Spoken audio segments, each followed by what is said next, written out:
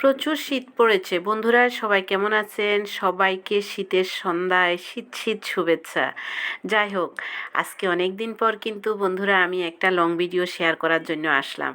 আজকে রান্না করলাম মাংস।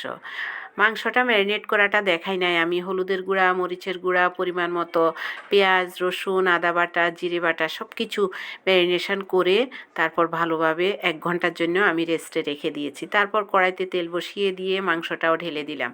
আজকে আমি আলুটা আর আলাদাভাবে ভাজি নাই, কারণ গ্যাস একদম চুলায় কম, সেই কারণে একাত্রে বসিয়ে দিলাম।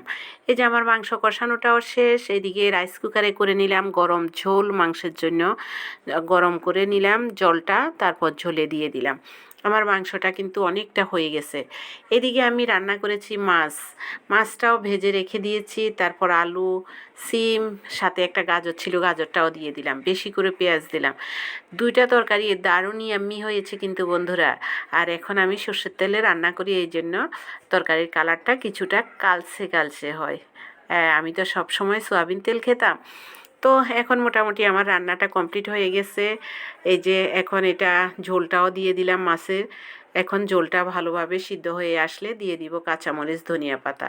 আমার তরকারি একদম ঝোলটা কমিয়ে নিয়েছি, ভালোভাবে হয়ে গেছে। এখন কাঁচামরিচ, ধনিয়া পাতা দিয়ে তরকারিটা নামিয়ে নেব।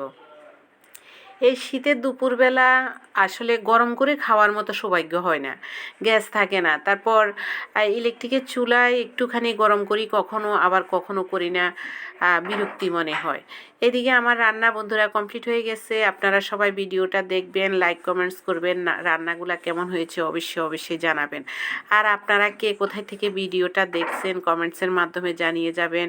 সবাই কেমন আছেন সেটাও অবশ্যই জানাবেন, কারণ প্রচুর শীত পড়েছে। শীতের কারণে সবাই মোটামুটি, আমার ঘরেও অনেকটা, আমার মেয়েটা প্রচুর অসুস্থ হয়ে গেছে, এখন একটু সুস্থ আছে। এর মধ্যে এখন ঠান্ডা, আবার ঠান্ডার কারণে হাসি কাশি ঠান্ডা সব কিছু আছে। সবাই ভালো থাকবেন, সুস্থ থাকবেন, সাবধানে থাকবেন। ঠান্ডা পড়েছে, ঠান্ডাজনিত রোগ থেকে সবাই সাবধানে থাকবেন। আজকে এখানে বিদায় নিলাম, টাটা।